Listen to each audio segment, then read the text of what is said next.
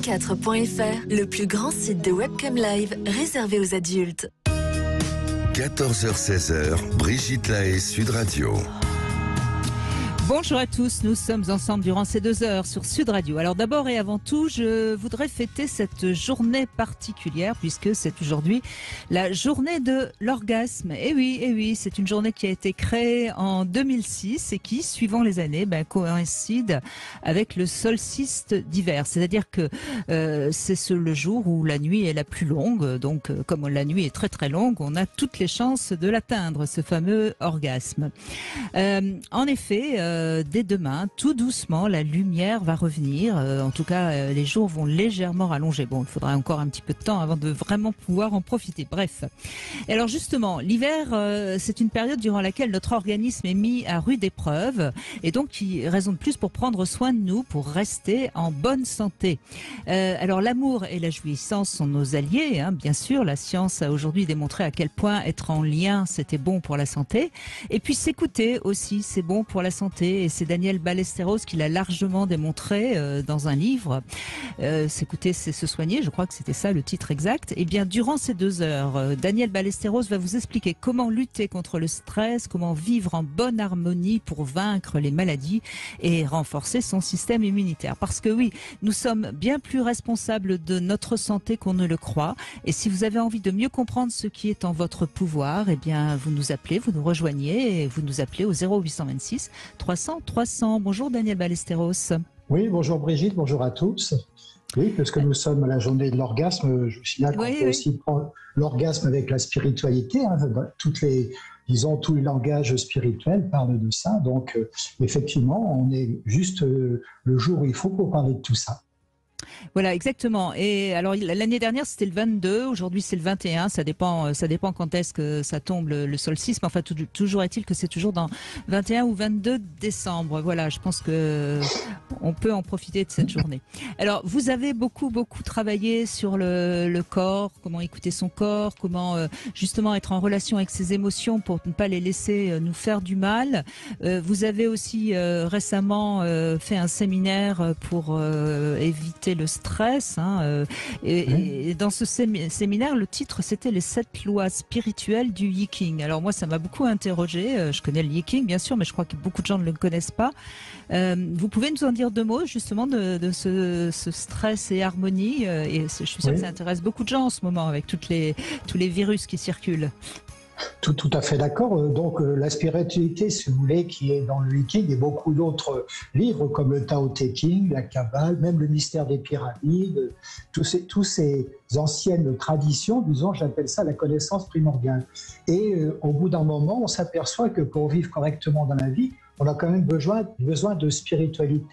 Alors on nous parle toujours de développement personnel, ça je ne critique pas, mais le développement personnel c'est quelque chose, disons, d'horizontal, ça permet de développer ses potentialités. Par contre, l'évolution personnelle, qui était le sujet de mon séminaire, s'appuie sur les traditions anciennes pour faire évoluer notre esprit, ce qui est complètement différent, mais qui est complémentaire donc effectivement du développement personnel commun. Et donc la spiritualité que je vais vous proposer, et que j'ai proposée au cours de ce séminaire, c'est une spiritualité qui rend service. Je veux dire, on ne s'attache pas à une divinité quelconque, on a le droit, ça je ne le critique pas, mais c'est plutôt un mode d'emploi de la vie. C'est-à-dire qu'une fois qu'on a découvert qui on était, il faut quand même savoir comment vivre correctement, justement comme vous le disiez tout à l'heure, ni dans le stress, ni dans l'anxiété, ni dans la maladie. Donc, il y a un mode d'emploi de la vie qui est effectivement dans le Yiking, qui est un livre très ancien, qui remonte à 4 ou 5 000 ans, et dans lequel sont contenues, on peut le dire, toutes les traditions anciennes. J'ai bien sûr travaillé sur les autres, mais le Yiking, ça m'a semblé être quand même le résumé de tout cela.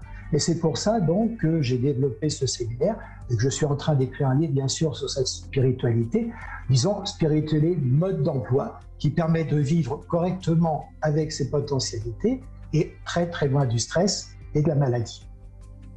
Alors, moi, je trouve que ce qu'on oublie souvent de dire, c'est que finalement, bien sûr, il faut apprendre à savoir qui on est, être en relation avec ses émotions pour ne pas les laisser nous faire du mal. Mais c'est important, ce qu'on oublie peut-être, c'est que savoir qui on est, c'est finalement faire les bons choix pour soi et peut-être aussi savoir quels sont nos réels désirs et oser quelque part. Je viens de parler de la journée de l'orgasme. Moi, je trouve qu'il y a beaucoup de gens qui finalement n'osent pas aller vers la vie, quoi, tout simplement. Et on sait que être en bonne santé, c'est savoir se faire plaisir. Alors l'évolution personnelle, vous l'avez bien décrit, disons, le développement personnel, disons, c'est horizontal, comme je le disais, c'est découvrir qui on est, ça c'est très important. Mais une fois qu'on a découvert qui on est, qu'est-ce qu'on va faire de la vie, c'est ça. Donc il faut aller vers la vie maintenant. Et la vie se fait avec l'évolution personnelle, c'est-à-dire avec ces traditions anciennes qui nous donnent vraiment, au jour le jour, pratiquement, une conduite de vie, comment s'y prendre pour vivre correctement. Et ça, c'est important parce qu'on saura éviter des écueils. Bien sûr, on aura toujours des choses qui se présenteront face à nous pour nous éviter d'aller vers où on veut aller, mais on saura comment contourner, on saura comment choisir, on saura comment faire au jour le jour pratiquement pour développer en nous ce que la tradition ancienne appelle l'antéléchie, c'est-à-dire cette faculté que tous les hommes ont de développer des facultés, notamment d'évoluer. Et dans l'antéléchie aussi, il y a la notion de bonne santé. C'est-à-dire, plus vous serez évolué, alors évoluer, ça veut dire faire évoluer votre esprit, c'est-à-dire comprendre les choses différemment. C'est ça, faire évoluer son esprit, ça c'est très important. Et donc, c'est savoir comment se servir de notre esprit, disons, avec recul et relativisation, pour ne pas se laisser embarquer par tout ce qu'on peut nous raconter ou par tout ce qu'on nous dit de faire éventuellement. Donc, on va le faire avec nos potentiels, mais avec un guide. On a un guide à la main qui est le wiki et qui nous dit voilà comment, dans la vie de tous les jours, vous pouvez faire pour aller vers la bonne santé et vous rapprocher le plus possible de vos aspirations profondes et surtout, bien sûr, de les partager avec les autres. Alors justement, Daniel Ballesteros, depuis la Covid, on voit bien que la peur est de plus en plus présente chez la plupart des gens, et on sait très bien que la peur, surtout si elle n'est pas raisonnée, et si on n'a pas des solutions pour lutter contre la peur, ça entraîne énormément de stress. On sait que le stress, c'est l'ennemi numéro 1 de notre système immunitaire. Qu'est-ce que vous pouvez dire à tous ceux qui nous écoutent et qui justement ont peur de ne pas pouvoir se chauffer, peur d'attraper la grippe ou je ne sais quel autre virus qui circule en ce moment? Quel conseil vous pouvez donner là concrètement, Daniel Ballesteros? Le premier conseil que je peux vous donner, c'est de ne pas croire tout ce qu'on nous dit, parce qu'on est franchement manipulé. Quand on a fait un travail, si vous voulez, d'évolution personnelle et spirituelle comme je l'ai fait, on s'aperçoit qu'on est franchement manipulé dans tout ce qu'on nous raconte au jour le jour. Donc, ne prenez que 10 à 20% de ce qu'on vous raconte, déjà, c'est un grand maximum. Donc, arrêtez de regarder en boucle les chaînes d'infos, déjà. Éventuellement, je me suis aperçu que lorsqu'il y avait un article... Sud Radio. Voilà, j'allais le dire, écoutez Brigitte Lahaie, là est la vérité. Non, mais il n'y a pas que moi, on parle vrai dans toutes les émissions sur Sud Radio. Oui, la vérité dans l'ensemble des émissions, dont vous, bien évidemment. Donc, moi je me suis aperçu, par exemple, quand il y avait un article sur moi dans un journal et un magazine, 80% de l'article était faux. Je veux dire, il ne faut pas comment dirais-je, s'attacher à tout ce qu'on entend et tout ce qu'on... Il faut prendre. Et le but, justement, de la spiritualité, c'est ça. C'est le recul, relativisation, ce qu'on appelle le lâcher-prise. Et là est la richesse. La définition précise du lâcher-prise, c'est recul, relativisation des choses. Et ça, il n'y a que la spiritualité, mode d'emploi, qui le permet. On ne peut pas le faire autrement. Ce n'est pas en vous disant tous les jours, je ne me laisse pas influencer, je ne me laisse pas influencer. Non, il va y avoir différentes étapes. Si vous voulez, sans les détailler forcément, on pourra en parler. Il y a différentes étapes qui nous mènent, différentes étapes spirituelles, qui nous mènent justement à ce recul et cette réalisation et ce lâcher-prise. À partir du moment on fait lâcher prise, eh bien, il n'y a pas de problème. Moi, je n'ai pas été du tout angoissé par la période Covid et je ne suis pas du tout angoissé par tout ce qu'on nous raconte actuellement. Avec le recul, on s'aperçoit, comme je le disais à chaque instant, qu'on est très, très, très légèrement manipulé, pour ne pas dire plus. Et pourtant, vous avez l'âge qui pourrait vous inquiéter, Daniel Ballesteros, puisque vous avez plus de 65 ans. Bref, c'est une petite boutade, Daniel Ballesteros. Je sais que vous êtes en pleine forme. J'en ai 10 de plus, hein, Oui. Alors oui, c'est vrai que la pleine conscience, c'est un mot très à la mode, mais qui finalement ne veut pas dire grand-chose. Hein. La spiritualité, c'est un mot un peu étranger pour beaucoup de gens. Est-ce que ça vous conviendrait si je disais que le début de la spiritualité, c'est déjà être dans son corps, le respecter, connaître ses émotions et puis donner du sens à son existence avec évidemment du lien aux autres? Je pense qu'on peut finir l'émission, hein, vous avez tout dit, c'est effectivement, c'est effectivement en résumé tout ce que vous venez de dire. Alors, disons la première loi, puisque vous me parlez, qu'on développait un peu la spiritualité, la première loi justement, c'est de faire confiance à son corps, c'est d'accepter l'intuition. C'est-à-dire qu'on a un système qui s'appelle le système neurovégétatif qui nous donne un sixième sens, qui est moins frustre que nos cinq sens. Nos cinq sens nous trompent. L'odorat, les yeux, le nez, tout ça nous trompe. Alors que le sixième sens qui nous est donné par le système neurovégétatif, ce qu'on appelle aussi les chakras dans les grandes traditions, va nous donner tout de suite un signal positif ou négatif par rapport à ce que l'on fait, par rapport à ce qu'on nous dit. Donc le premier acte de spiritualité, vous avez raison, c'est de faire confiance à son corps et son intuition. C'est-à-dire que si ce que l'on vous dit, ce que vous faites, etc., ne vous convient pas, vous aurez un malaise corporel. Vous aurez un malaise où? Au niveau du cœur, au niveau des ventres, au niveau des chakras. Si tout ce qui se passe autour de vous, ce que vous faites est bien, vous aurez un bien-être corporel ou au niveau du cœur, au niveau des chakras, au niveau du ventre. Voilà. Donc déjà, la première loi de spiritualité, c'est accepter l'intuition et savoir s'en servir. Sans elle, on ne peut pas adhérer à la spiritualité parce qu'ensuite, tous les signaux qui nous seront donnés vont dépendre de l'intuition. Donc vous avez raison, le dialogue constant avec le corps est très important. Donc bien sûr, comme on le disait tout à l'heure, le corps nous envoie des signaux en disant attention, des choses qui vont bien ou pas, ça il faut le respecter, mais en échange, quand vous êtes en état, disons, de spiritualité, eh bien vous avez un silence corporel, c'est-à-dire que vous n'avez plus d'émotions. Alors je m'entends, vous avez des émotions, vous savez que vous êtes là, vous êtes présent, vous n'avez plus d'émotions négatives. Il y a une espèce de silence corporel tout à fait étonnant par rapport au bruit corporel. La fameuse zénitude, voilà. Oui, la zénitude, ou ce qu'on appelle le flux aussi, ou l'expérience optimale. Eh bien, on va parler de tout ça avec vous. Venez nous raconter comment vous essayez de prendre votre santé en main, quels sont vos petits trucs, vos conseils que vous pouvez peut-être faire partager avec tous ceux qui nous écoutent. Et puis, écoutez, pendant ces 2 heures avec Daniel Ballesteros, on va se sentir bien. On fait une petite pause et c'est Clémence qu'on retrouve tout de suite. 11h-16h, Brigitte Lahaie, Sud Radio. C'est en compagnie de Daniel Ballesteros, médecin, auteur de L'amour, c'est bon pour la santé aux éditions de la Musardine, que nous évoquons tous les petits trucs qu'on peut faire au quotidien pour être en forme et pour éviter le stress. Alors Clémence, vous êtes actuellement enceinte et vous avez connu une grande période de stress, notamment à cause de problèmes financiers, je crois. Bonjour Clémence. Alors, bonjour Brigitte, bonjour Daniel. En fait, non, c'était lié à un déménagement. Oui. Oui, alors en fait, c'est vrai que je suis enceinte et avec mon compagnon, on a dû chercher un nouveau logement suite à la vente de notre logement de façon très précipitée. Et donc, on avait cette deadline en tête, couplée au fait que je suis enceinte et donc avec l'envie que tout ça aille très vite. J'étais dans une période de stress et qui était en fait assez ce qui est assez normal. Je crois qu'il faut quand même rappeler, vous êtes d'accord, Daniel Ballesteros, il y a des éléments qui sont des périodes stressantes, et un déménagement, ça fait partie des événements qui peuvent provoquer du stress. Donc il faut pas nier son stress, il faut savoir l'accueillir et le gérer. Non seulement il faut savoir l'accueillir et le gérer, mais savoir s'en servir, parce qu'il y a ce qu'on appelle la réaction de défi. C'est-à-dire qu'à partir du moment où vous êtes assailli par un stress, il faut le considérer comme quelque chose de bon pour vous et que peut-être, sûrement même, il va vous amener vers autre chose. Donc si vous ressentez des choses négatives dans votre corps, il faut vous dire, je vais vers quelque chose de nouveau. C'est tout à fait normal qu'actuellement je sois stressé et c'est ce qu'on appelle la réaction de défi. C'est on transforme l'émotion négative en positive. Mettre une perspective. Là, par exemple, c'était un déménagement. Donc, remercier la maison où vous étiez avant et puis projeter des choses positives dans l'autre maison en sachant qu'effectivement, si vous allez vers autre chose, c'est pour être mieux. Donc voilà, c'est ce qu'on appelle donc la relativisation, vous voyez, et le recul. Il faut savoir se servir du stress pour avancer. Parce que si vous luttez contre, comme on fait bien trop souvent, et bien il va s'amplifier.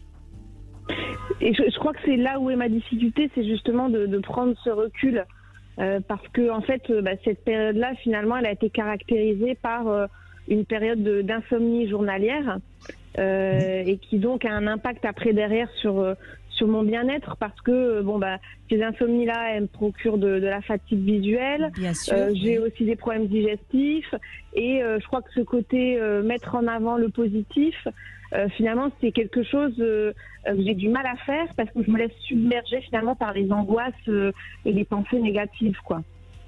Oui, mais ça, faut travailler là-dessus presque tous les jours, que ce soit le soir ou le matin. C'est ce qu'on appelle la méditation du corps conscient. C'est-à-dire remercier votre corps d'être toujours en bonne santé, remerciez-le de pouvoir avec vos yeux voir ce paysage, remerciez-le avec votre tête de pouvoir avoir des perspectives d'avenir, remerciez-le d'avoir bien digéré, remerciez-le de vous permettre de marcher vers quelque chose d'autre. Vous voyez, c'est ça, il faut pas s'enfermer, il faut au contraire, comme disait tout à l'heure fort justement Brigitte, c'est le dialogue du corps qui va déterminer notre bien-être, parce que les émotions sont dans la tête, certes, mais elles ne sont visibles que lorsqu'elles descendent dans le corps. Donc c'est bien au niveau du corps qu'il faut travailler, donc c'est remercier le corps. Et à partir d'autant que Clémence, ce corps, il porte un enfant que j'imagine vous désirez ardemment. Et donc c'est une joie. Vous voyez, c'est toujours encore une fois, je crois qu'il faut pas nier quand on traverse une épreuve. Hein. Une épreuve, c'est une épreuve. Elle nous apporte quelque chose de difficile et du stress. Ça, je crois que c'est quelque chose qu'il faut pas nier. Mais il faut faire la part des choses, c'est-à-dire que visiblement, Clémence, vous aviez donc du stress à cause de ce déménagement, mais à côté de ça, vous êtes avec un homme, je suppose, avec qui vous êtes bien. Vous attendez un enfant qui, je suppose, vous remplit de joie. Et vous voyez, c'est vous appuyer sur les choses qui sont positives dans votre vie, plutôt que de donner, parce que plus vous allez donner de l'importance à ce qui est négatif, eh bien, moins vous allez pouvoir donner de l'importance à ce qui est positif. Et c'est peut-être ce renversement-là qui est finalement tout simple à faire.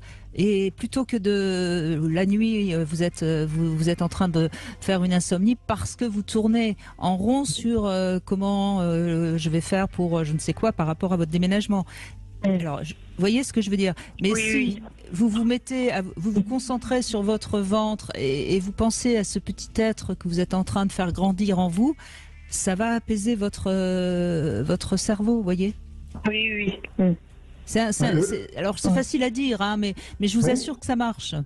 Ça marche. Et le stress fait partie aussi du Viking, parce qu'il y a un hexagramme qui dit mise à l'épreuve. C'est-à-dire qu'à un moment donné, tout apparemment marche bien, et à un moment, on va avoir un obstacle, une mise à l'épreuve. C'est justement pour se conforter dans son désir d'aller plus loin, pour se conforter dans ses objectifs et se faire plus fort par rapport au stress. Donc je pense que vous étiez dans ce schéma de mise à l'épreuve, et je ne dis pas qu'effectivement, parfois, c'est difficile à supporter. Mais il faut faire la réaction de défi, le transformer, comme on vient de le dire, en quelque chose de positif. Bon, il faut travailler un petit peu là-dessus, ça ne se fait pas une journée, mais si vous faites ça pendant une semaine, 10 jours, 15 jours, le soir ou le matin, je suis sûr que vous y arriverez. Oui, parce que en même temps, j'ai bien conscience que ça reste quand même assez anecdotique comme exemple que je vous donne. Finalement, c'est pas un événement grave en fait, mais en même temps, j'ai du mal à me recentrer, quoi, on va dire.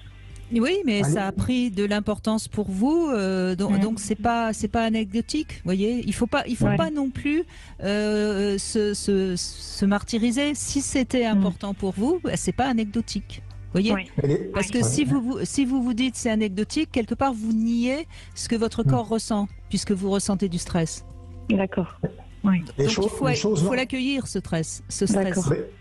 Les choses, donc, l'importance qu'on leur porte, vous voyez ce que je veux dire. La chose en elle-même, elle existe, mais c'est l'importance qu'on lui porte qui est intéressant. L'importance qu'on lui porte, on va la retrouver dans notre corps, donc c'est bien là qu'il faut travailler sur notre corps. Encore une fois, c'est pas dans la tête que se déroule tout ça, contrairement à ce qu'on pense.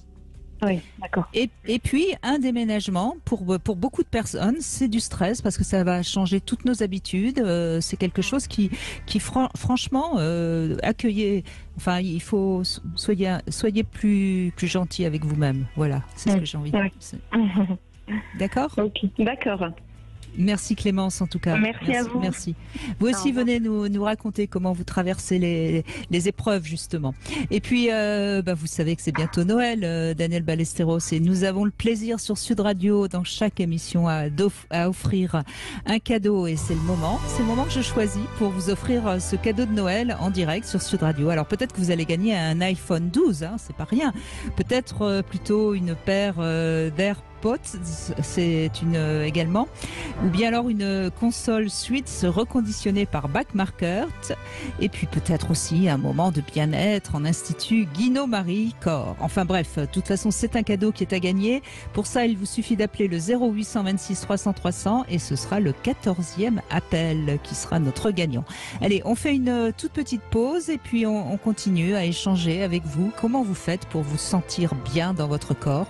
0826 300 300. À tout de suite. 14h-16h, Brigitte Lahaie, Sud Radio. En compagnie de Daniel Ballesteros, médecin, qui nous invite à mieux nous écouter afin d'être en meilleure forme. Nous avons 5 sens qui nous permettent de ressentir notre corps. Nous en avons un 6e qui s'appelle l'intuition, donc il faut l'écouter, notre corps. Et puis le 7e sens que vous nommez spiritualité, Daniel Ballesteros, et qui nous permet donc d'être en accord, en profondeur avec nous-mêmes et de prendre le chemin qui nous est destiné. Adrien, bonjour. Bonjour Brigitte, bonjour Daniel. Oui, bonjour. Alors Adrien, vous êtes étudiant et vous travaillez dans un bar avec des horaires qui sont assez difficiles. Compliqué. Oui, c'est-à-dire C'est ça. C'est-à-dire que parfois en semaine je dois enchaîner directement les études avec le taf juste après. Je travaille aussi le week-end et ça me laisse très peu d'heures pour dormir. Donc je suis souvent fatigué et j'ai beaucoup moins de temps pour réviser surtout. Oui, donc vous êtes un peu en surchauffe. Assez, oui. Pas mal. Non mais il faut faire attention. Ça rend un peu nerveux malheureusement. Alors heureusement je suis très bien entouré. J'ai des amis et une copine qui sont très très compréhensifs, mais malheureusement même eux des fois c'est normal qu'ils craquent et qu'ils me font comprendre que ça va pas quoi. Donc vous êtes, ça vous rend irritable avec votre ami par exemple? Ouais, oui, assez, ouais. Oui. Là, il faudrait peut-être que vous appreniez à faire le point avec vous-même pour justement évacuer ce qui vous rend irritable avant d'aller le retrouver. Bien sûr, oui, c'est ce que j'essaie de faire, mais j'ai rarement du temps pour moi, quoi. Donc, ou alors quand j'en ai, je pense soit au travail, soit aux études. Enfin, j'ai rarement le temps de me poser, quoi, malheureusement. Vous savez pas faire un peu le nettoyage interne? Daniel Ballesteros, qu'est-ce que vous pouvez dire à Adrien? Je peux dire la chose suivante, et c'est encore une fois dans les grandes traditions, on dit pour avancer, il faut ralentir. C'est-à-dire que si vous êtes effectivement stressé sur beaucoup de choses, il faut que vous trouviez dans ce que vous faites le moyen de ralentir. Je prends mon exemple en consultation, quand je me retrouve submergé de patients, je n'accélère pas, je ralentis. Et curieusement, tout se recale. Les choses se font beaucoup plus naturellement. Je pense que vous vous laissez trop emporter par ce fameux stress dont on parle sans arrêt et qui fait que vous ne voyez que le bout du nez, si j'ose dire. Donc là, pour arrêter de voir le bout du nez, vous mettez un bon coup de frein, c'est-à-dire vous ralentissez le plus possible de façon à ne pas rater les synchronicités, les choses qui pourraient vous arriver de meilleur, de voir que peut-être il y a des moments de repos que vous loupez parce que vous êtes trop pris dans l'agir, si vous voulez. Et aussi, le Viking le dit, attachez-vous à des petites choses. Raccrochez-vous à une petite chose qui vous est sympathique pour vous. Et c'est ce qui permet de démonter le système, disons, du fait qu'on est toujours à fond la caisse, excusez l'expression. Donc, il faut que vous trouviez en vous ou autour de vous des choses qui vont permettre de ralentir. Oui, mais c'est intéressant ce que vous dites, Daniel Ballesteros, parce qu'en effet, Adrien, le stress a pour effet de nous obliger presque sans qu'on s'en rende compte à faire tout de plus en plus vite, comme s'il fallait accélérer. Le stress nous fait accélérer, c'est quelque chose de tout à fait évident. Et là, Daniel Ballesteros vous propose de ralentir. Et ça peut être intéressant. Par exemple, quand vous quittez le bar et que vous rentrez chez vous, vous prenez un moyen de transport, vous êtes en vélo, comment vous circulez? Je suis à vélo. Et prenez le temps de ralentir à vélo. Oui, allez... en fait, j'ai tout le temps l'impression que si jamais je ralentis, il y a quelque chose que je vais foirer parce que j'aurais pas eu le temps ou parce que je sais pas, parce que j'ai l'impression que je vais pas me donner à fond en fait si je ralentis. Oui. Mais je vois ce que vous dites, oui, après c'est vrai que c'est un travail sur soi à faire, que je dois essayer, mais c'est vrai que là pour l'instant, si je ralentis, j'ai l'impression que je vais me foirer. Alors c'est une impression Voilà. d'abord qui est fausse, hein, Oui. parce que de toute façon, vous verrez que ça vous apportera un calme intérieur et que du coup vous serez plus à même de faire les choses bien et vous arriverez mieux à réviser en étant calme qu'en étant stressé. Ça me paraît, enfin ça, je crois que vous le comprenez tout à fait. Oui. Et donc il faut faire l'effort de ralentir et vous remarquerez tout de suite les effets bénéfiques de ce conseil que vous donne Daniel Ballesteros. Même si a priori vous pensez qu'en accélérant tout vous allez pouvoir en faire plus. Il faut ralentir pour réussir. Retenez cette phrase dans votre tête, tout simplement. Il faut ralentir. Oui. Pourquoi? Parce que quand vous loupez des synchronicités, vous loupez peut-être des moments qui vous permettraient de vous arrêter un petit peu quelques instants. Vous ne les voyez pas. Vous avez une idée dans le guidon, vous foncez avec l'idée dans le guidon, puis d'un seul coup, paf, vous prenez le mur, vous dites qu'est-ce qui se passe? C'est comme ça qu'on arrive petit à petit à la maladie. Donc, il faut quand même prendre ce recul. En tout cas, au burn-out. Hein. En tout cas, vous avez déjà entendu parler du burn-out, hein, j'imagine. Oui, bien sûr. Bon, et c'est vraiment l'effet, ce que vous êtes en train de raconter, ça peut vous emmener directement au burn-out, parce qu'en effet, vous voulez remplir encore plus votre emploi du temps qui est déjà trop rempli. Oui, c'est un peu ça, exactement. Parce que en fait, j'ai vraiment l'impression que quand je ne fais rien, c'est du temps perdu et on ne peut pas rattraper le temps, donc forcément, j'ai l'impression que voilà, me reposer, c'est du temps perdu en fait. Du coup, c'est votre éducation. J'arrive pas à me détendre à cause de cette pensée-là qui me lâche pas, quoi.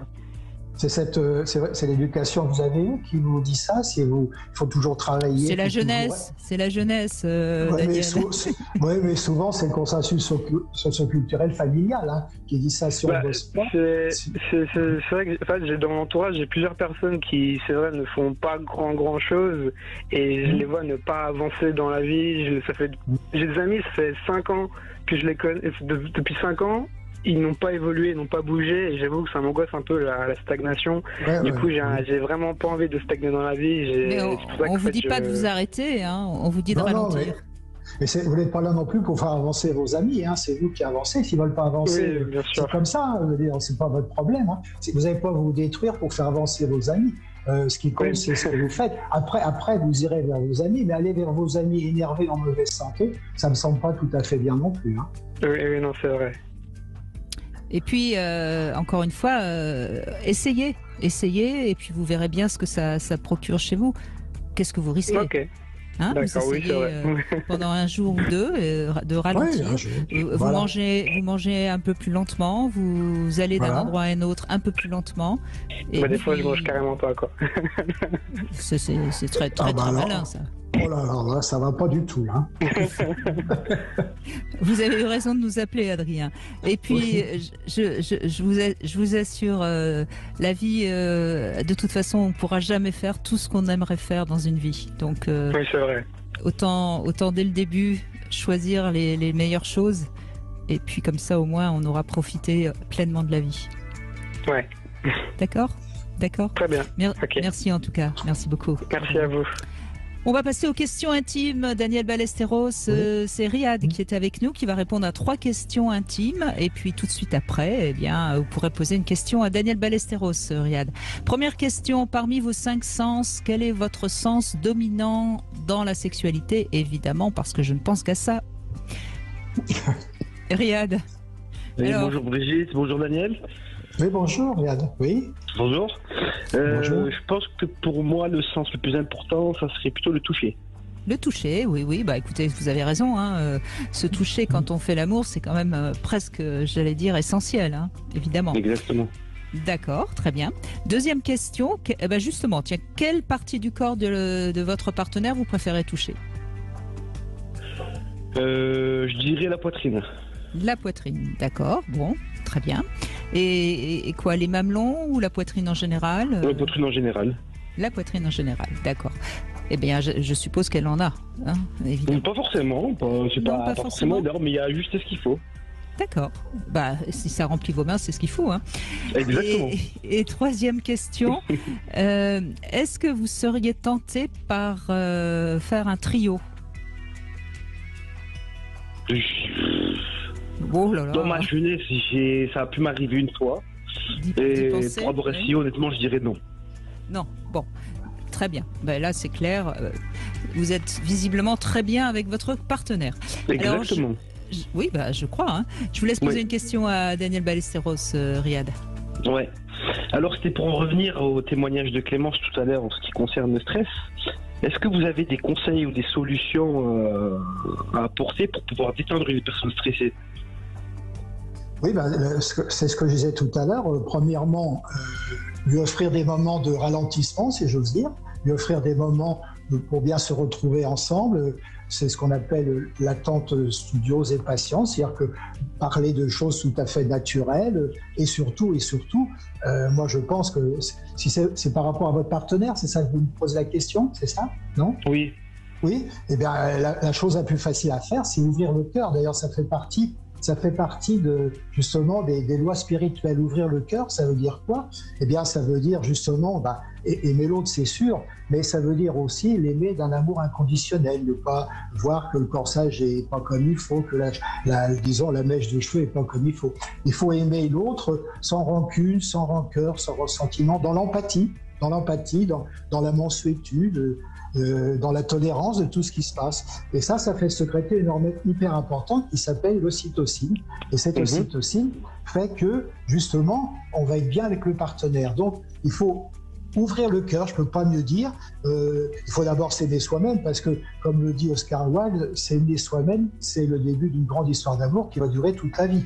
Donc, et dans un couple, une autre citation de Krishnamurti qui dit seule l'intelligence de l'amour et de la compassion peut résoudre tous les problèmes de la vie. Donc voilà, je pense que il faut faire la vaisselle peut-être, il faut peut-être ranger votre chambre peut-être, mais je pense que ouvrir le cœur, c'est la chose la plus importante parce que ça va déclencher de l'empathie. Et au lieu d'avoir des rancunes et des rancœurs parce qu'on dit des choses pas sympathiques à la partenaire, en retour, vous aurez de la mansuétude, vous aurez donc une espèce d'empathie qui fait que ça va entretenir un cercle vertueux au lieu de rentrer dans un cercle vicieux. Voilà, disons, la grande chose à faire d'emblée, c'est ouvrir le cœur. Voilà, la réponse de Daniel. Merci beaucoup Riyad en tout cas. Merci. À vous. Je peux faire juste un petit coucou à mes collègues au boulot? Bien sûr. Un petit coucou aux drôles de dames du SJCD 34. Voilà, comme ça c'est fait. Eh bien, on les embrasse aussi. Et puis, c'est le moment d'accueillir notre gagnante, Géraldine, qui est avec nous, qui nous appelle de Marseille. Bonjour Géraldine. Oui, bonjour Brigitte. Bonjour à tous les auditeurs de Sud Radio. Et bravo à vous, puisque vous êtes notre 14e appel. Et derrière ce chiffre 14, nous allons découvrir ce que vous avez gagné. Eh bien, c'est une superbe montre Kelton que vous pourrez mettre à votre poignet, qui vous arrivera et que j'ai trouvé au pied de notre sapin de Sud Radio. Voilà, je vous souhaite de superbes fêtes, Géraldine. Et puis, merci à vous aussi. Merci Sud Radio pour le cadeau. Et puis merci à vous pour votre émission que j'aime beaucoup et je pense que vous aidez beaucoup de gens. Voilà, donc continuez. On va continuer l'année prochaine, c'est promis.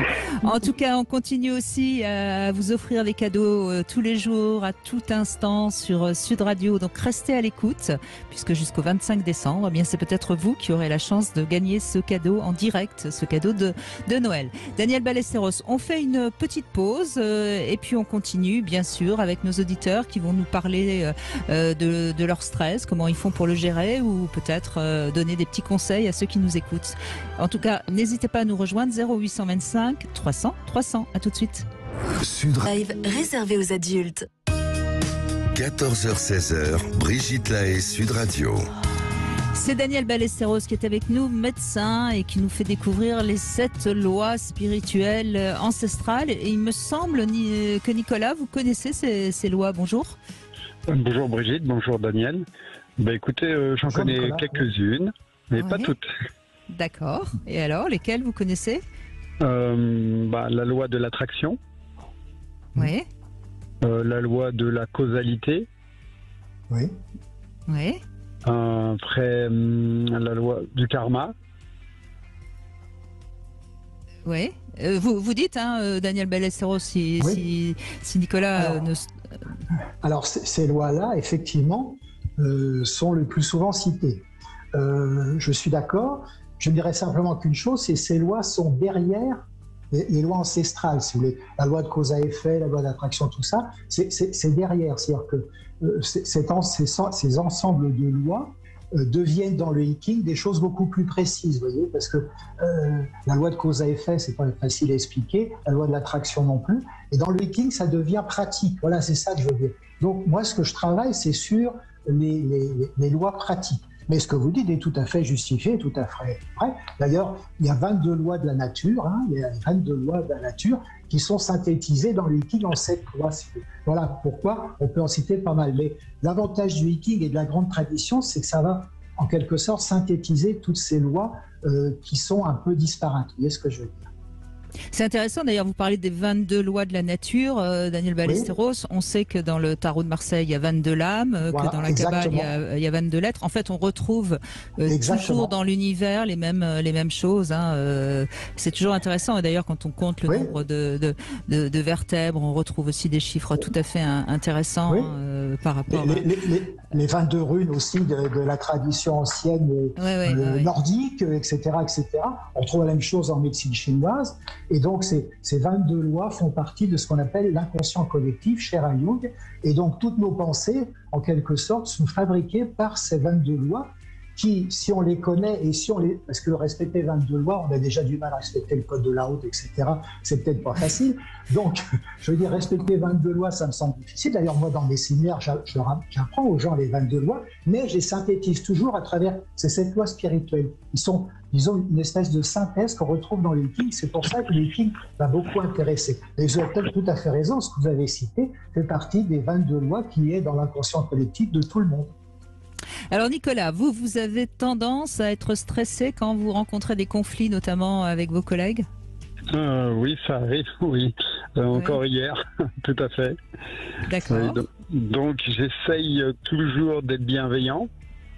Même si des fois il y a des choses qui m'agacent, et de ne pas prendre part à des actes malveillants ou des querelles, parce que je sais qu'il y a toujours une causalité ou un effet à court ou à long terme sur nos formes de pensée et sur nos actes aussi. Voilà. Bon, alors donc si vous rencontrez un conflit avec un proche, donc ça vous stresse. Est-ce que vous arrivez, parce que le stress, c'est un signal que notre corps nous envoie et qui parle de nous. Donc il faut pas, encore une fois, il faut pas le nier, il faut pas essayer de le chasser. On est bien d'accord. Ah non, je le chasse pas. Mais ce que vous pouvez faire, c'est essayer de comprendre si ce conflit, quelle est déjà votre part de responsabilité, parce qu'on a toujours une toute petite part de responsabilité, même si ce n'est que 10%. Et puis ensuite, les 90 autres % du conflit qui sont donc dus à votre collègue, ça parle de lui, ça parle pas de vous. Oui, puisque nous, on est le miroir de l'autre. Donc, quelque part, je comprends ce qui se passe. Donc, comme beaucoup d'entreprises, il y a toujours des rivalités et des sortes de petites querelles, de clans, qui existent. Bien sûr. Voilà. Et voilà. Et moi, ce que je vous propose, c'est vous accueillez ce stress, parce que de toute façon, il faut l'accueillir. Et puis... Tout de suite ensuite, il est temps que je prenne des vacances, moi.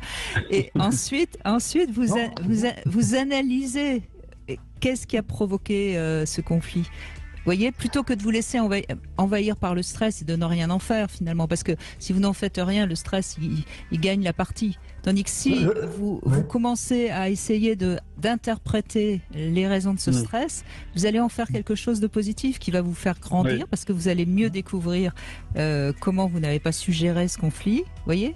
Et vous allez découvrir un peu plus sur votre collègue et tout doucement, vous allez grandir. Il n'y a pas d'autre mot. Le stress, c'est la rencontre, souvent quand on est avec quelqu'un, la rencontre de deux anxiétés.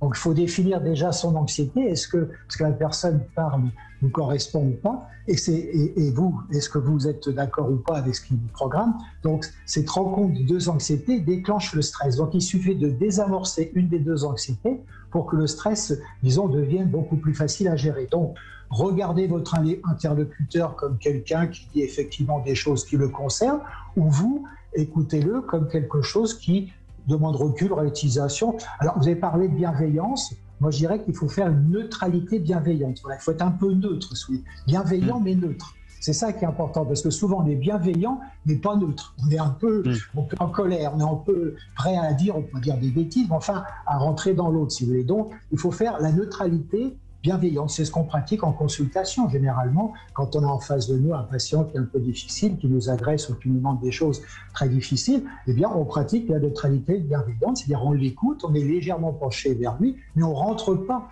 dans son système. Voilà. Essayez de pratiquer ça, de ne pas rentrer dans l'émotionnel de l'autre. C'est très important. Ouais.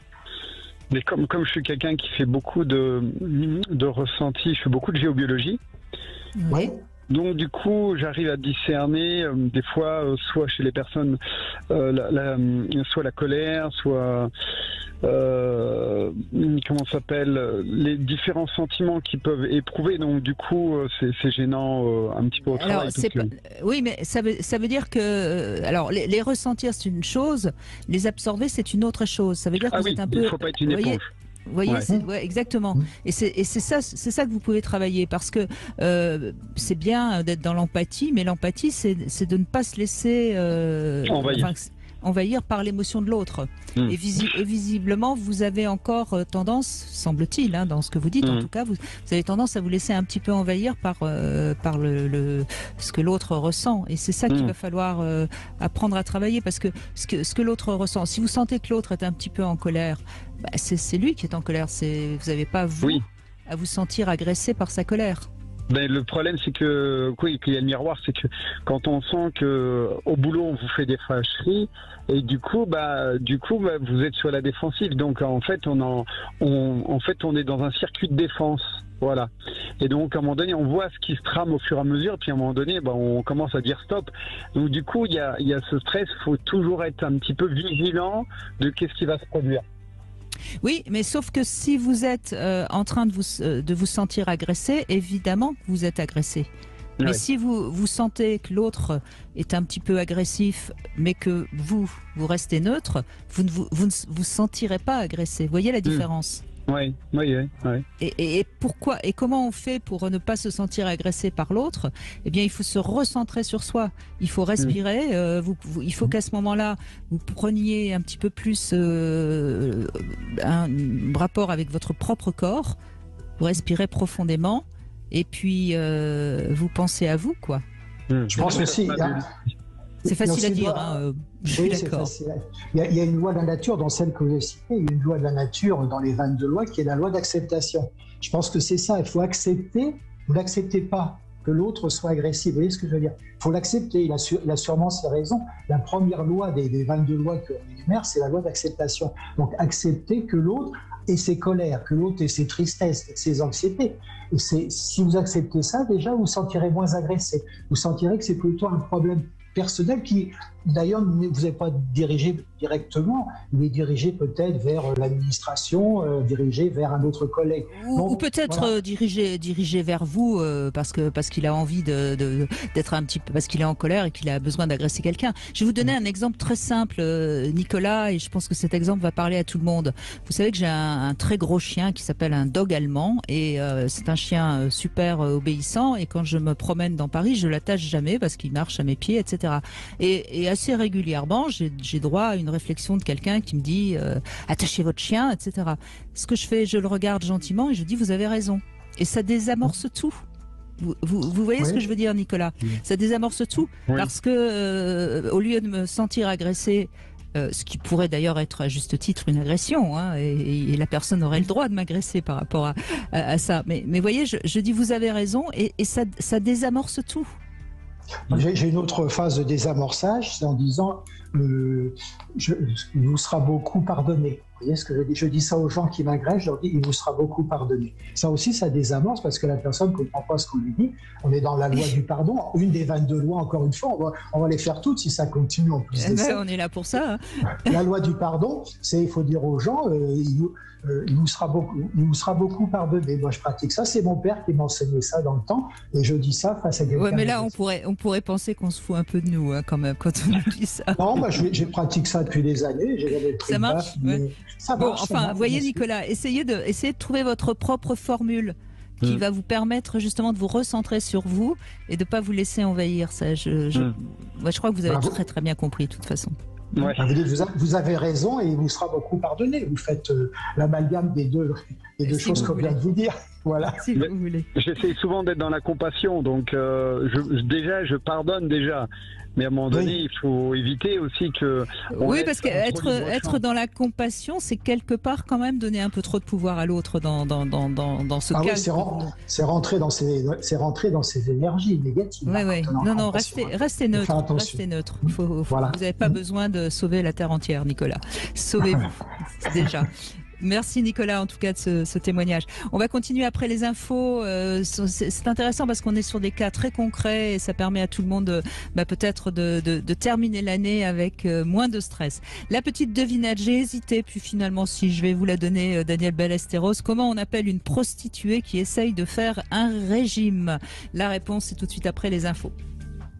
De Daniel Ballesteros, médecin et auteur de ce livre qu'on trouve en poche et qui est un best-seller, Se soigner, c'est s'écouter, c'est aux éditions Robert Laffont. On va continuer durant cette deuxième heure à essayer de vous aider à éviter le stress ou en tout cas plus exactement à savoir ne pas le laisser vous envahir. Voilà. Mais avant de donner la parole à Cédric qui nous a rejoint, Daniel Ballesteros, la réponse à ma devinette, comment on appelle une prostituée qui essaye de faire un régime? Moi, j'ai pas la réponse directe. Je dirais qu'avant, c'était sûrement une femme en sur-régime. Non, la réponse, c'est totalement idiot. On appelle ça une grosse pute. Voilà. Ah oui, d'accord. Bon. Je vous l'avais dit, c'est totalement idiot. Bonjour Cédric. Bonjour Brigitte, j'espère que vous allez bien et bonjour à Daniel. Oui, bonjour. Voilà. Bonjour Daniel. Bonjour. C'est Cédric d'Arcachon comme d'habitude. Non, je plaisante. Donc voilà, on parle le stress. C'est vrai que moi je suis stressé du matin jusqu'au soir. Je médite, mais je pense qu'il faut que j'aille plus méditer encore plus pour enlever mon stress. Je fais du yoga. Je prends une thérapie à base de plantes, mais je suis toujours stressé. C'est pas évident, le stress. Voilà. Et vous savez pourquoi vous êtes stressé comme ça, Cédric? Brigitte, vous le savez très bien, c'est à cause de ma maladie, mais bon, ce n'est pas le sujet. Je sais très bien, je sais bien. Non, c'est pas. Voilà. C'est une maladie. Quel genre de maladie? On était avec un médecin justement, donc. Le psoriasis, maladie cutanée, le psoriasis, d'accord. Maladie auto-immune. Donc voilà. Mais bon, je pense que c'est pas le sujet. Le sujet aujourd'hui, c'est le stress. Comment se contenir et la méditation. Vous savez que je médite. Maintenant, j'ai déménagé. J'habite dans le Pays Basque, à Cibourg, à côté de Saint-Jean-de-Luz. Et j'ai la mer, la montagne. Et c'est que quand de temps en temps j'ai un petit coup de stress, même niveau boulot, je prends une petite pause. Je travaille de nuit. Je suis veilleur de nuit. Et c'est que la fatigue, le boulot accumulé, le stress qui est fatigant. Le stress. Mais voyez, Cédric, j'entends tout ce que vous dites et j'entends bien que c'est pas forcément des choses agréables. Mais est-ce qu'on pourrait entendre des choses qui sont justement agréables pour vous dans votre vie? Alors, agréable. La méditation, c'est agréable, mais il faut savoir bien l'utiliser. Mais qu'est-ce que vous faites plus généralement? Qu'est-ce que vous faites pour vous faire plaisir dans votre vie? Pour me faire plaisir, ma passion. Oui. Vous avez une passion? La pêche. Là, j'ai peut-être trouvé une passion qui va m'intéresser, ça va être le tir sportif, balle trappe, donc un peu comme la chasse. Donc voilà, ça va plus me détendre, enfin plus me contenir, enfin me détendre. Et puis après, je vais faire du sport aussi, de la boxe. J'ai besoin de faire la boxe, ça va me détendre. Je pense que ça va être mon objectif de la nouvelle année et le début d'année. Voilà. Oui, ce que j'entends, c'est qu'en fait, il me semble, Cédric, que vous êtes quelqu'un qui a besoin de faire quelque chose. C'est pour ça que je suis assez sceptique, en effet, sur votre capacité à réellement bien méditer. Parce qu'on entend bien que vous avez besoin de remplir votre emploi du temps. Daniel Ballesteros, qu'est-ce que vous avez envie de dire à Cédric ? En plein de choses. Premièrement, contrairement à ce qui a longtemps été nié par la médecine classique et les dermatologues, le psoriasis, c'est typiquement une maladie émotionnelle éliminée par la peau. Ça, c'est tout à fait typique. Et donc, de la tartiner de corticoïdes, ça sert absolument à rien. J'appelle ça l'éphasothérapie. Moi, ce que je peux conseiller, donc ce qu'on a déjà dit tout à l'heure, c'est ralentir pour réussir à vaincre, entre guillemets, son stress. Mais je pense que, je me souviens plus de son prénom, rappelez-moi son prénom. Cédric. Bon, je pense que Cédric, à un moment de sa vie, notamment dans ses premières années de la vie, a été en bonne santé. Si je n'avais pas de psoriasis, je ne vais pas dire avec, je fais ce truc-là. Il faut aller vers une autre loi de nature, une autre loi, disons, spirituelle, qui est ce qu'on appelle la nostalgie-thérapie. C'est-à-dire qu'il faut que vous mettiez dans l'esprit, vous ayez recherché dans votre jeunesse à quel moment vous n'aviez pas de psoriasis, de bien vivre cet instant-là, de le faire vraiment vous. Faites ça le soir ou le matin, ou quand vous acceptez enfin peut-être de vous arrêter. Pratiquez cette nostalgie-thérapie, retrouvez peut-être des airs de musique de l'époque, regardez peut-être un film de l'époque, que sais-je, parce qu'il y a une expérience très intéressante qui a été faite à Harvard comme ça. On a mis des gens de 75 ans avec tout un tas de maladies dans un endroit où tout était aménagé comme si c'était 20 ans auparavant, 1959. Les meubles, les magazines, la télé, tout. Eh bien, au bout d'une semaine, ces gens se sont retrouvés en meilleure santé, même ceux qui avaient une canne l'ont abandonné. Vous voyez ce que je veux dire? Et donc, même leur prise de sang se sont modifiées. Donc, allez, moi j'appelle ça la thérapeutique à remonter le temps. Il faut que vous alliez à un moment donné, où quand même dans votre vie, vous n'avez pas de psoriasis, c'est évident, bien vous imprégner de cette époque-là, là, travaillez sur le ressenti corporel, faites du vintage, si j'ose dire, et puis ramenez ça aujourd'hui. Voilà une méditation que je propose aux gens qui ont ces types de problèmes, que ce soit de l'asthme, du psoriasis, de l'eczéma. Je propose ce style de choses. À partir de ce moment-là, étonnamment, une fois sur 3 ou 2 fois sur 3, ça dépend de la capacité des gens à faire ce travail-là, eh bien les choses s'améliorent considérablement. Parce que là, on rentre dans un système d'auto-guérison. Et vous avez besoin de ça. Là, j'ai l'impression, excusez-moi de parler comme ça, que vous luttez contre le psoriasis, et c'est pas ça qu'il faut faire, parce que quand vous luttez, vous êtes en hyper, alors qu'il faut être en hypo, il faut être en auto-guérison, et ça, il n'y a que lorsque vous stimulez le nerf vague, qui est le nerf de la tranquillité, que vous allez guérir. Donc, allez rechercher. Alors, des fois, les gens me disent « Ah oui, moi, ma jeunesse, c'est toujours mal passé. » Je suis désolé. Il y a quand même eu un moment dans la jeunesse des gens où ça s'est bien passé. Donc, cherchez cet instant de bonheur de votre jeunesse et ramenez-la ici. Voilà une méditation qui marche très, très bien. Ça vous parle, Cédric? Ça vous paraît possible de faire ça? Oui, je pense que je vais exploiter ça, ce principe de logique et pour méditer. Oui, tout à fait. Faut que je trouve ça dans ma mémoire. Faut que je me plonge dans ma mémoire étant plus jeune et avoir un souvenir, une odeur ou un ressenti. La musique aussi, une musique de l'époque, je ne sais pas, les Beatles ou que sais-je, quelque chose de votre époque qui peut vous ramener ici. Moi, je pratique cette chose-là simplement sur une douleur d'épaule ou une douleur sciatique. Je dis aux gens, rappelez-vous, peut-être il y a 3 semaines, 15 jours, vous aviez pas mal dans le dos, rappelez-vous cette époque-là, et puis ramenez-la ici. Et vous verrez, ça marche bien, parce que nous avons le moyen d'agir sur cette réalité interne, ça c'est sûr. On a le moyen d'agir sur notre physiologie. Ça, on l'ignore, ça s'appelle l'effet placebo, c'est méprisé bien sûr par Big Pharma parce qu'on n'a pas de médicaments, mais c'est quelque chose qui marche très bien. Vous allez sécréter la sérotonine, la dopamine, les endorphines, vous allez sécréter des choses qui vont vous faire du bien. Je vous l'assure, mais c'est quelque chose que je pratique très très régulièrement. En tout cas, ce que vous dites, Daniel Ballesteros, c'est qui me paraît évident, c'est qu'il ne faut pas lutter contre. Et c'est vrai que Cédric, on a l'impression que ce psoriasis, il prend toute la place dans votre existence. Non, il fait de la boxe, il combat, il fait des choses. La pêche, c'est assez méditatif. La pêche, ça va. Oui, mais ça peut donner la pêche. Donc, Cédric, faites un petit stage en remontant dans le temps et puis mettez de la musique de votre enfance. Regardez peut-être, si vous avez la chance d'avoir des photos de votre enfance, regardez des photos de vous quand vous étiez encore en bonne santé. Ouais. Tout à fait. Et puis, Brigitte, vous vous rappelez, à l'époque, je parlais de ma maman qui était décédée. Puis aujourd'hui, ça me hante encore aujourd'hui. Hein. Ça me hante, ça. Pour moi, ça me...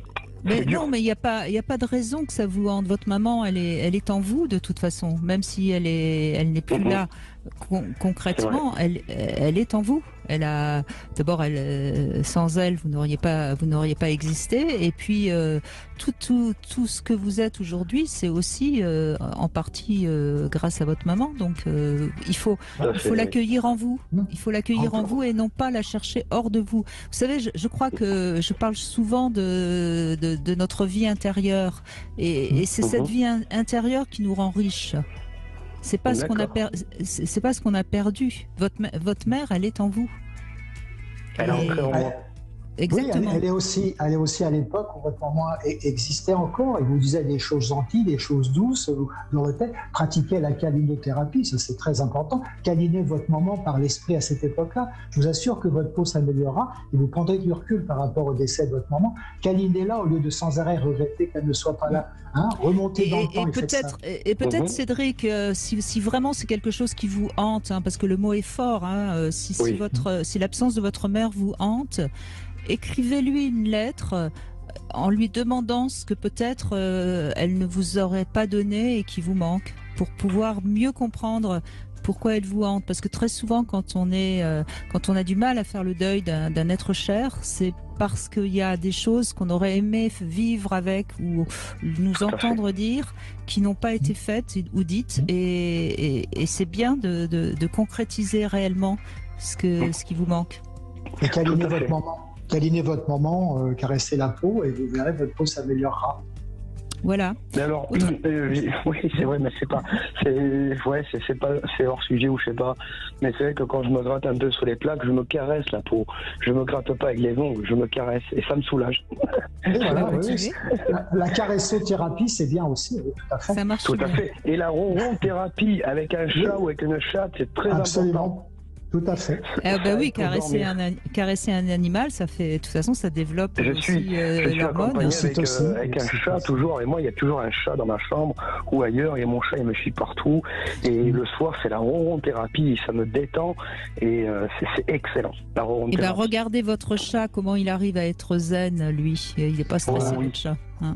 C'est très zen, un chat. Essayez de prendre modèle sur lui. Merci Cédric, en tout cas. Je vous remercie Brigitte, au revoir Daniel et merci à toute l'équipe. Et bonne fête à vous, je vous remercie beaucoup. Merci, au revoir. À vous aussi Cédric, passez de bonnes fêtes. Au revoir. On fait une petite pause, Daniel Ballesteros, on se retrouve tout de suite au 0826 300 300 pour faire, pourquoi pas, de la câlinothérapie. À tout de suite. 14h-16h, Brigitte Lahaie, Sud Radio.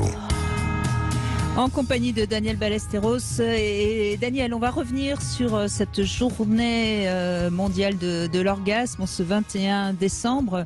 Pourquoi ? Parce qu'il se passe quelque chose sur la série audio podcast Vox. Et c'est Stéphanie Essourné qui est avec nous pour en parler. Bonjour Stéphanie. Bonjour Brigitte, bonjour Daniel. Bonjour, alors Stéphanie. vous êtes la directrice de création de Muse, une série audio qui se trouve sur le podcast Vox. Vox, c'est de l'audio que les gens peuvent écouter quand ils en ont envie. Hein. Et alors cette série Muse a pour but d'aider les femmes qui ont plus de 40 ans à peu près, enfin 35 ans je crois, à peut-être à mieux se caresser, à mieux accepter leur corps. Racontez-nous ça, Stéphanie. Alors oui, Vox à l'origine, donc Vox existe depuis 2018, propose une alternative au porno qu'on connaît, parce que là c'est du porno audio. C'est peut-être plus doux, même si c'est aussi du porno, c'est-à-dire que on se voile pas la face, hein, on parle réellement de sexe et d'envie et de plaisir. Et en fait, on s'est rendu compte avec Karl qui a créé Vox, Olympe qui a créé Vox et Lélé, on s'est rendu compte que notre audience était en dessous de 35 ans, c'est-à-dire à 80% des 200 000 personnes qui vont sur Vox tous les mois avaient moins de 35 ans. Moi, personnellement, j'ai 52 ans. Je peux vous dire que c'était quelque chose d'assez saisissant de voir ça. Et donc Karl m'a proposé d'aller sur une création, de réfléchir à une création pour des personnes qui seraient dans d'autres problématiques que des personnes jeunes. Alors moi je pense en fait que ce qui se passe, c'est qu'il y a une parole chez les plus jeunes qui est peut-être plus ouverte, plus libérée, oui, bien sûr. Voilà, grâce au réseau, ils ont un certain nombre, ils ont des accès, ils déconstruisent les modèles plus facilement. La parole circule plus facilement aussi. Et peut-être que des femmes, particulièrement les femmes plus âgées, qui ont été dans des relations monogames, un petit peu, qui ont été, qui ont été avec leur maternité, etc. n'ont pas pu se consacrer à leur vie intime pendant longtemps et peuvent se poser des questions à un moment parce qu'elles sortent de la vie monogame ou parce qu'elles ont envie de s'occuper d'elles simplement. Donc si je comprends bien, Stéphanie Estourné, c'est le but, c'est d'aider des femmes qui sont peut-être pas si bien que ça dans leur corps, pas si à l'aise avec la masturbation, c'est de les inviter à écouter justement Muse sur audio, donc pour qu'elles puissent tout doucement retrouver une bonne harmonie avec leur corps et pourquoi pas se masturber en écoutant une parole érotique ou pornographique.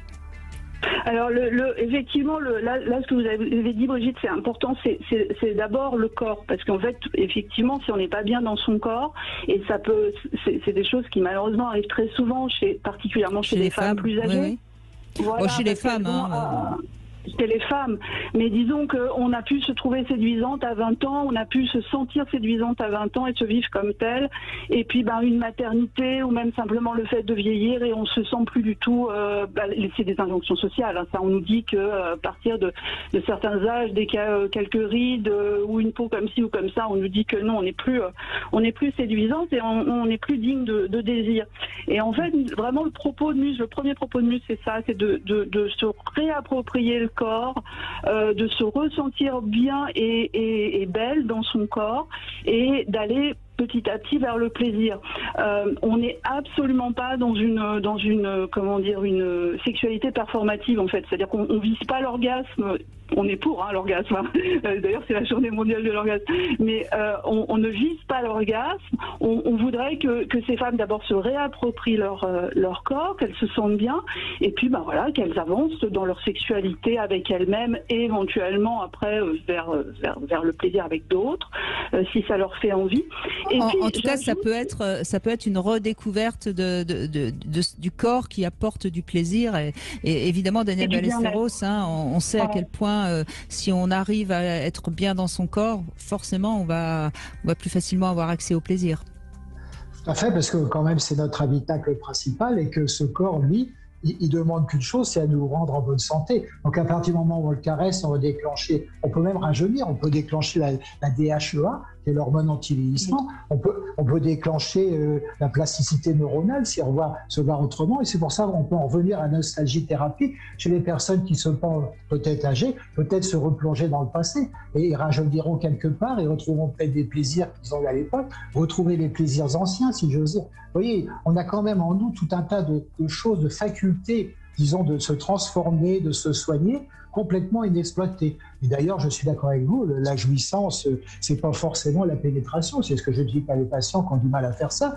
Ça peut être bien sûr la caresse, ça peut être la masturbation, ça peut être prendre un bain chaud ou une douche tous les deux, enfin vous voyez, des choses comme ça. En tout cas, ce qui Ce qui est intéressant, je pense, à dire à toutes les femmes qui nous écoutent, c'est que c'est pas le corps change au fil du temps, mais ce qui est important, c'est pas la beauté plastique du corps qu'on a à 20 ans. Ce qui est important, c'est le bien-être, la sensualité, c'est bon. Et on sait très bien que les hommes ont aucun problème avec un corps qui vieillit. C'est dans la tête des femmes. Stéphanie Estourné, je crois que c'est important de le dire. Aujourd'hui, pour cette journée mondiale de l'orgasme, eh bien, Muse est accessible gratuitement sur Vox. Donc voilà, c'est peut-être aussi une manière pour ceux ceux et celles, parce que les hommes sont invités évidemment à écouter aussi s'ils le veulent. C'est une bonne manière d'écouter aujourd'hui, de découvrir justement ce podcast Vox. Voilà, et j'en profite pour saluer Olympe, voilà, qui est également à l'origine de tout ça. Merci Stéphanie Estourné, merci beaucoup. Avec grand plaisir, à bientôt. À bientôt.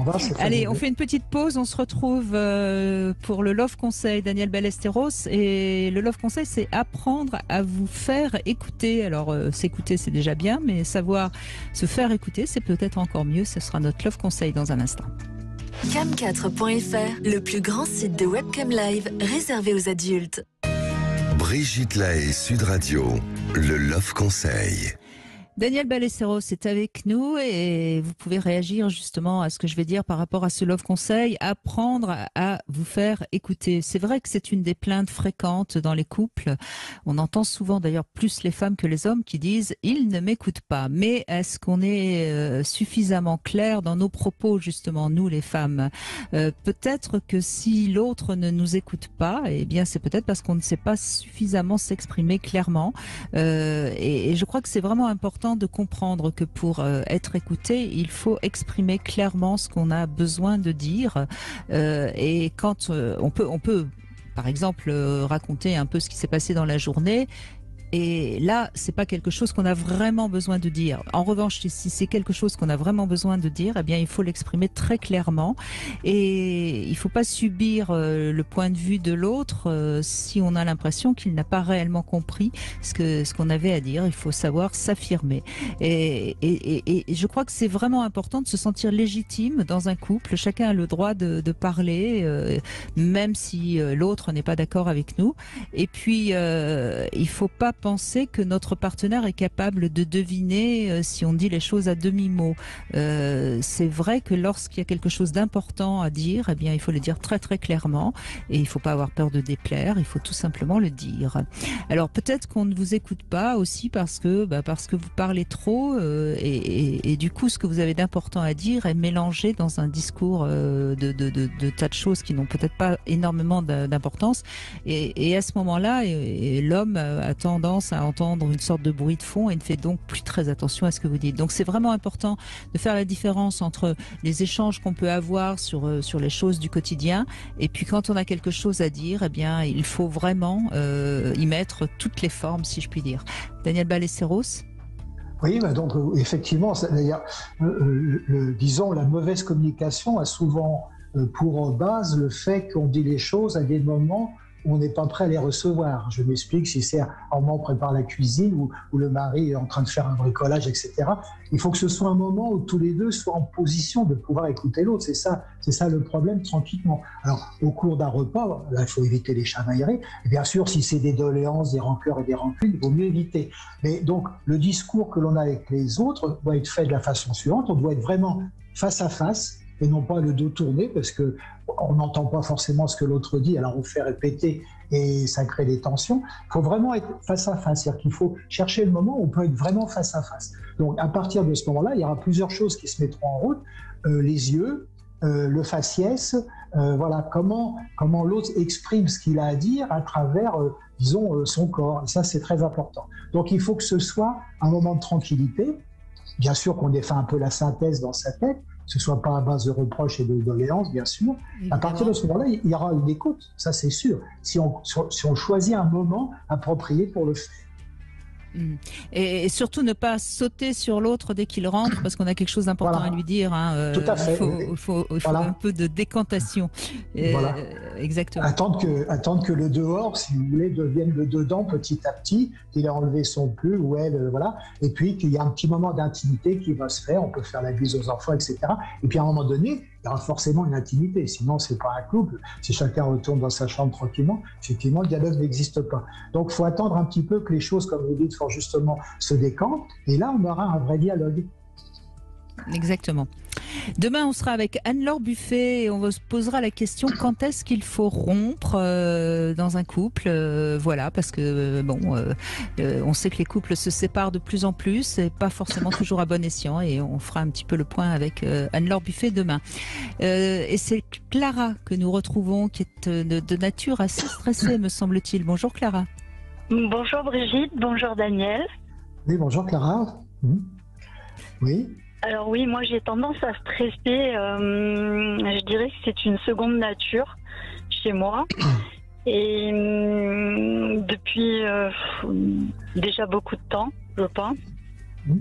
Et en fait, j'établis, comme qui dirait, un emploi du temps journalier. Alors c'est inconscient, hein, bien entendu.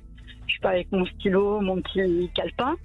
Et en fait, je me donne des tâches à accomplir, que ça soit d'ordre personnel, professionnel. Et je veux dire, je cours après, une fois que j'ai établi ce plan-là pour la journée, je vais dire, je cours après, quand je vois que ça rentre pas dans l'horaire imparti, parce que je vois bien, je connais, le fonctionnement, je le connais par cœur, donc je sais quand l'emploi du temps va rentrer, quand ça va dépasser, etc. Et en fait, ouais, je pense que ce mode de fonctionnement me stresse, quoi. Donc vous vous mettez à une surcharge de toute façon, oui. Et donc obligatoirement, ça provoque du stress. Oui, tout à fait, oui. Ouais. Le plus important, c'est pas le fait que vous soyez stressé, c'est pourquoi cette fuite. Voilà, pourquoi cette fuite dans les choses, pourquoi cette fuite dans l'hyperactivité. Très souvent, le stress est un moyen de fuir, si vous voulez. À partir de ce moment-là, il faut chercher la cause de la fuite. Comme on disait tout à l'heure, l'effet et la cause, il faut chercher la cause de la fuite. Et à partir de ce moment-là, votre niveau d'anxiété, puisque le stress au départ, c'est de l'anxiété. Après, ça devient de la peur, ça devient de la colère. Et le départ, c'est de l'anxiété. Quelle est la source de cette anxiété qui fait que vous remplissez vos jours et que vous êtes dans une fuite intérieure et extérieure, appelons les choses comme ça. Si je réfléchis bien à ce que vous dites, en fait, ce serait le fait de combler, de faire le maximum de choses. Non, même pas. C'est-à-dire que voilà, le soir, j'ai la plénitude d'avoir accompli, d'avoir découvert plein de choses, d'avoir fait plein de choses. Et voilà, toujours, oui, peut-être cette fuite de façon à faire un maximum de choses. Comme quelqu'un qui va manger. Oui, mais alors quand vous êtes... Oui, j'entends bien, rassurez-vous, c'est quelque chose de très fréquent. Et quand vous êtes en vacances, qu'est-ce qui se passe ? Quand je suis en vacances, c'est le contraire. En fait, je vais tellement... En fait, j'ai l'impression de... du coup, comme j'abandonne ce fonctionnement-là, et j'y arrive assez facilement, hein, que je me connais forcément. Et du coup, je passe à l'opposé. Et je me dis, c'est là que je me dis, heureusement que je me donne des coups de stress, parce que dans la vie hors vacances, je pourrais pas fonctionner de cette manière-là, puisque je remplirai pas toutes les tâches que j'ai à accomplir dans la journée. Tant bien sur le plan familial que du travail. Donc pendant les vacances, vous n'êtes pas stressé ? Non, au contraire. C'est-à-dire, au contraire, quel mot vous metteriez sur votre état ? Je dirais flemmarde, limite fainéante. D'accord. Donc pour vous, ne rien faire, c'est être fainéante. Je pense, oui. Oui.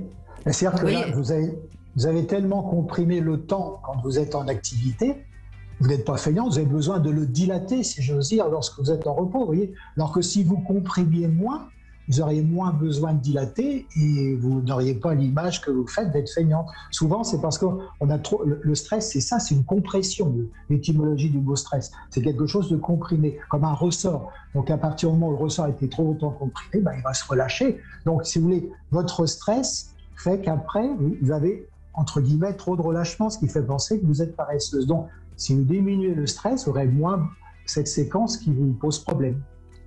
On peut déjà revenir sur ce que vous aviez dit dans la première heure à Nicolas. Non, c'était pas Nicolas, c'était Adrien. Il fallait un peu ralentir. Ralentir, oui, tout à fait. Déjà, Clara, on peut vous donner ce conseil-là. Et puis, moi, je pense que ce qui pourrait peut-être être intéressant pour vous, c'est de voir le soir quand vous faites le bilan de tout ce que vous n'auriez pas fait, puisque de toute façon vous avez chargé la mule, si je puis dire. Voir quelle importance ça a au fond. Au fond, mis à part le fait que je suis contente finalement de tout ce que ça m'apporte. Au fond, ça me remplit. J'ai l'impression que ça me remplit. Mais je veux dire, ça va m'apporter aussi de la dynamique. En fait, c'est ça va m'apporter de la dynamique. Du dynamisme qui va me porter. Ce stress-là va m'apporter de la dynamique, en fait. C'est comme si je tournais en rond, je me rends compte que... Oui, mais j'entends bien, ça vous donne l'impression d'exister, vous avez besoin de cette sorte de surenchère pour vous sentir exister. Je pense que ce serait intéressant quand même de faire un petit travail pour voir qui vous a, qui vous copiez quand vous agissez comme ça. Déjà, c'est pas mes parents, ça c'est sûr, parce que ma mère elle était à l'opposé. En fait, quand je regarde parce qu'on est une fratrie de 5. Oui. Tous grands, bien entendu. En fait, je suis la seule à être comme ça, en fait. D'accord. Donc, c'est finalement l'opposé que vous avez choisi par rapport à votre famille. Eh bien, peut-être. C'est une famille de fainéants, non. En quelque sorte. Non, mais je reviens sur ce que vous disiez par rapport aux vacances. Pour moi, j'ai même du mal à, je vais dire entre guillemets, à supporter. Quelqu'un en face de moi qui va être mousse. Non, mais j'entends. C'est bien, Clara, ce que vous avez pris comme initiative pour justement vous sentir vivre et avoir l'impression de faire quelque chose de votre vie. Ça, je l'entends et je crois que c'est bien. Sauf que faire quelque chose de sa vie, c'est pas la remplir par plein de petits cailloux. C'est d'abord remplir le bocal par les gros cailloux. Et le danger dans cette sorte d'emploi du temps un petit peu surchargé que vous êtes mise, c'est que finalement vous allez faire plein de petites choses et peut-être que vous allez passer à côté de l'essentiel. Est-ce que ça vous parle ce que je vous dis ? Oui, tout à fait. Vous comprenez ? Oui, et c'est quand on arrive à comprendre ce qui est essentiel pour nous et qu'on se donne le temps de faire ce qui est essentiel qu'à partir de ce moment-là, on évacue le stress. On peut aussi dire que le stress, c'est bien, parce que là, jusqu'à maintenant, on parle du stress d'une façon négative. Mais le stress est souvent nécessaire pour exploiter au mieux nos aptitudes physiques et cognitives, c'est-à-dire notre esprit. Donc, quelque part, effectivement, ce stress est trop, mais il est nécessaire aussi pour savoir ce que l'on fait, si on le fait bien, et si ça correspond à nos aptitudes physiques. Il y a des tas d'études qui l'ont démontré, donc il ne faut pas non plus péjorativer le stress. Ce qu'il faut, c'est qu'il n'y en ait pas trop. Voilà, c'est ça le problème. Mais il me semble, vu ce que vous nous avez dit par rapport à vos vacances, Clara, il me semble que votre stress, il n'est pas si dramatique que ça. Et je pense que le petit échange qu'on a eu va peut-être vous permettre de moins vous donner d'objectifs à remplir tous les jours, vous voyez ? Oui, de réfléchir un peu plus. Voilà, réfléchissez un tout petit peu, prenez un tout petit peu de recul par rapport à vous-même. Voilà. Peut-être dans la journée, obligez-vous demain à prendre, allez, on va être pas trop exigeant, on va dire 10 minutes. Prenez juste demain 10 minutes pour ne rien faire, pour juste penser à vous et vous occuper de vous. Promis ? Parfait, merci Brigitte. Merci. Merci Clara, merci à vous. Merci, bonne journée, merci, au revoir. Bon, Daniel Ballesteros, il nous reste pas beaucoup de temps pour conclure, hein, mais on va essayer dans le dernier module de cette émission d'apporter un peu de zénitude à tous ceux qui nous écoutent pour que tout le monde termine l'année en excellente forme. On se retrouve dans un instant. Cam4.fr, le plus grand site de webcam live réservé aux adultes. 14h-16h, Brigitte Lahaie, Sud Radio. En compagnie de Daniel Ballesteros qui nous a proposé durant ces 2 heures d'aller mieux grâce aux 7 lois spirituelles ancestrales. Et puis, je crois quand même, Daniel Ballesteros, que le stress, quand on a quelqu'un de proche qui a une maladie auto-immune, c'est un peu normal, hein, que le stress soit quand même très présent. Et c'est votre cas, je crois. Virginie, bonjour. Oui, bonjour Brigitte, bonjour Daniel. Oui, bonjour. Merci. Bonjour. Oui, c'est tout à fait ça. C'est mon cas, c'est notre cas. Donc, mon conjoint a une maladie qui est assez bizarre, qui se traduit par une fonte musculaire progressive. Et du coup, en fait, il a de plus en plus de mal d'abord à courir et puis ensuite à marcher. Et donc là, même au niveau du ventre, il y a un affaissement. C'est dur à vivre et il se sent de plus en plus faible. Et c'est depuis, il a 69 ans et c'est depuis qu'il a 55 ans. Oui, bien sûr. Et vous, évidemment, hein, par ricochet, vous subissez tout ça. Lui-même est très stressé. On pourrait même dire très angoissé, je suppose, par sa maladie. Oui, parce qu'il a tout essayé. Il est assez tourné. Il est professionnel de santé et donc il est un peu tourné vers toutes les médecines holistiques et alternatives. Et malgré ça, il n'a pas pu trouver de solution à son souci. Et c'est un vrai souci. Alors moi, j'essaie de pas trop y penser. On ne fait plus de marche à 2, donc mais j'essaie de compenser, de faire mes choses toute seule et on essaie de faire des activités ensemble ciblées. Oui, et bravo. Par contre, voilà. Et après, je me fais aider de tout ce qui est. J'aime beaucoup la spiritualité, tout ce qui est énergie et yoga aussi, beaucoup de yoga. Et donc j'arrive à tenir la journée, mais le soir, là de plus en plus, je craque. Je craque parce qu'il a une autre maladie qui s'est greffée aussi, donc qui est encore moins amusante. Du coup, c'est surtout la nuit, avant de m'endormir, que j'ai un bon coup de sanglots et puis ça part. Oui, parce que ce qui est difficile dans le cas de celui qui est à côté, hein, c'est qu'il faut à la fois ne pas se laisser envahir, vivre quand même pour soi, et puis en même temps, on a envie de rester proche de la personne qu'on aime. Et cet équilibre est très difficile à trouver, hein, Daniel Ballesteros. Oui, là, effectivement, nous sommes dans un cas extrême. On a l'impression que la médecine peut tout guérir. Malheureusement, non. On en a l'exemple malheureux à l'instant. Donc, ce qu'il faut effectivement, c'est considérer que c'est quelque chose qui existe. C'est vrai, il faut l'accepter. C'est ça le plus dur, l'accepter. Et puis, après, rentrer dans des systèmes un peu, comme j'ai dit, de câlinothérapie, de recul, de relativisation, de parler de choses positives, de ne pas rabâcher sans arrêt la maladie, d'apporter, disons, un soutien psychologique de bienveillance, etc. Et puis après, il y a le travail sur soi qui est difficile parce qu'au jour le jour, effectivement, on a sous les yeux ce problème.